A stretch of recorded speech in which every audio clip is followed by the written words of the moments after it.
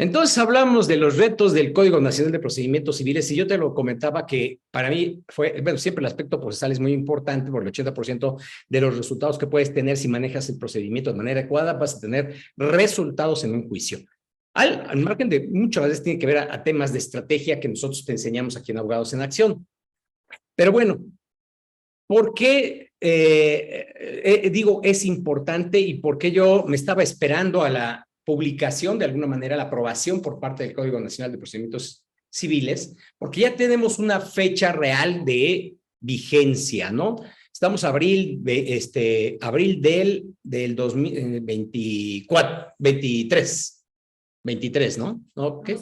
4 años, pero son 4 años que van a estar todavía. No lo vamos a tener en vigencia en este momento, pero ya prácticamente tiene que adecuarse con muchas cuestiones presupuestales. Se lo setan ahí a los consejos de la judicatura de las distintas entidades de la República y algunas entidades que no tienen consejo de la judicatura, como en el caso del estado de Tlaxcala, que tomaron la decisión de no aprobar un consejo de la judicatura y es el propio Poder Judicial.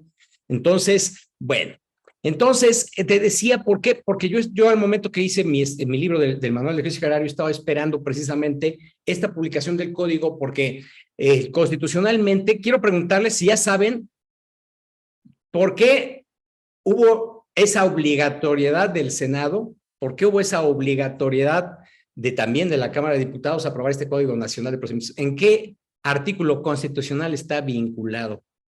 Escríbeme, por favor, escríbeme de dónde para que yo sepa que efectivamente estás aquí y ahora, Quiero que me lo escribas. Bueno, efectivamente hubo una disposición constitucional que fue modificada y la cual me vas a escribir cuál es, y esa, yo decía, bueno, pues no tiene caso que yo haga una nueva edición si no se publica este Código Nacional, sino imagínate a la intermedia, pues el libro no va a salir. Por lo que entonces observo, todavía tengo tiempo, tengo que obviamente modificar, hacer una segunda edición. Hice reediciones y todavía está en línea en venta a través de la editorial Porrúa. Tú puedes consultar www.porrua.com y ahí puedes ver mi libro, El Manual del Juicio Agrario. Bueno, te maneja muchos aspectos procesales, que es la parte más importante. Mucha gente piensa que el procedimiento, alguien que maneja un procedimiento de una materia, tal vez no tenga capacidad de manejar otras. Siempre y sí, si nada más te enfocas en tu procedimiento, en tu especialidad. Pero cuando tú conoces las figuras jurídicas procesales,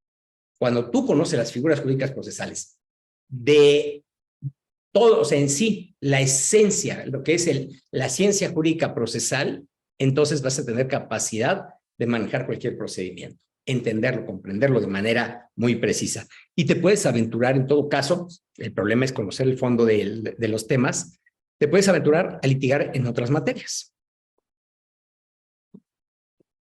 Entonces, mi primera recomendación para el día de hoy, aprende derecho procesal, la ciencia jurídica. Ese es el primer reto que tiene la justicia, que tú como abogado aprendas derecho procesal.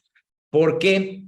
Porque si el 80% de los resultados, bajo una estimación, no digo una estadística, una estimación personal que como juzgador tuve, al haber sido magistrado federal, pues al observar los distintos horrores, no errores, horrores que cometían los abogados, por eso siempre consideré muy importante este manejo de derecho procesal.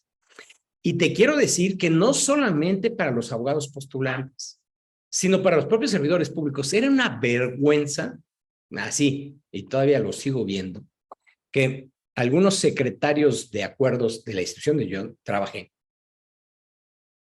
están en blanco, así. Yo recuerdo que estaba escribiendo mi libro, te voy a contar esa historia. Y eso le pasa a todos, no solamente a la institución, en todas las instituciones. Y eso también te puede pasar a ti. Tú aprendes con vicios muchas veces una materia con los vicios si algún amigo te enseñó, te asociaste a un despacho, de momento te aventuraste y empiezas a aprender con vicios.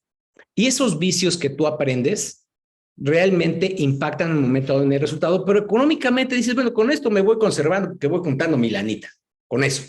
Y es suficiente, para ti es suficiente. Pero no profundizas exactamente las figuras jurídicas procesales. Por eso cometes muchos errores. Y los servidores públicos igual. Entonces yo te decía en esta historia que te cuento, yo tenía precisamente cuando estaba escribiendo mi libro, tenía yo una secretaria de acuerdos que era no mala, era malísima, era pésima. Tenía muchísimos años de servicio y como el librito ya se lo conocía, pues tenía más de 20 años de estar en la misma institución, decía, pues ya, ¿qué más puedo aprender si tengo 20 años de estar picando piedra, ¿no? Dice lo que puedes decir. Y bueno, era un poquito más, tenía más años, en realidad. Y de vida y más profesionalmente, más, ¿no? Pero dice, ¿qué me pueden enseñar? Y desgraciadamente yo le decía, yo recuerdo que le daba recomendaciones y no las cumplí. Le daba una recomendación y no la cumplí. Y entonces lo que yo tuve que hacer es, bueno, tomé la decisión, estaba escribiendo mi libro y el primer capítulo, el segundo capítulo, el tercer capítulo, así, los borradores, se los pasaba. Y oye, mira, vale la pena que lo leas. ¿Te acuerdas que yo te había comentado y te recomendaba por esto y por esto? Acá está. Segundo, así. Total que le valió, nunca leyó absolutamente nada y dijo, con esto me quedo, yo ya sé manejar las cosas. Y así está, toda la vida. Y desgraciadamente no aprende más.